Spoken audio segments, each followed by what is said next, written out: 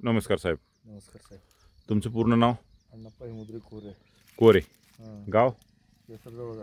आज तारीख आहे 5 एप्रिल 2025. हां. हे कांदा कधी लावला?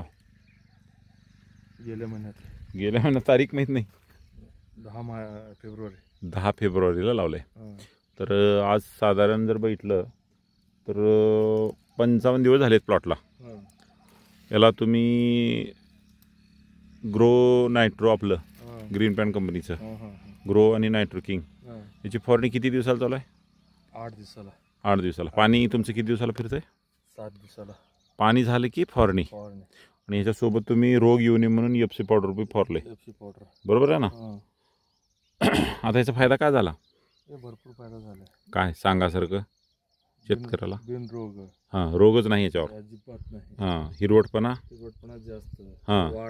वाढ चांगली आहे. हां. हो, जोमदार वाढ आहे. जोमदार वाढ आहे. इथं अगोदर कोणतं पीक होतं? तूर होती. हां. आणि आता तुम्ही ह्याच्या पुढं ग्रो नायट्रो आणि ब्लूम फवारणार आहात. हां हां. आता पातीवर जर बघितलं तर कसलाच रोग नाही. हां. हिरवागार प्लॉट आहे. हां हां.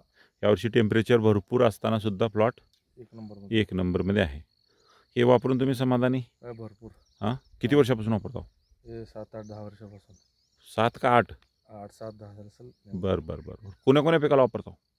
हरभरा, ऊस.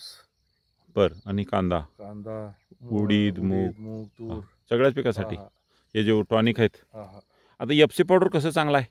त्याच्यावर रोग येत नाही. तुम्ही प्रत्येक वर्षी एफसी पावडर वापरता बघा. प्रत्येक वर्षी. काय त्याचं कारण? रोग घेण्याची क्षमता कमी करते पिकावर. म्हणजे त्याच्यावर रोगच येत नाही. बरोबर आहे ना? खूप ताकद आहे एफसी पावडर. एफसी पावडर चांगला आहे नाही? खूप तुम्ही वापरून समाधानी तर आहात की? भरपूर समाधानी. ओके, धन्यवाद.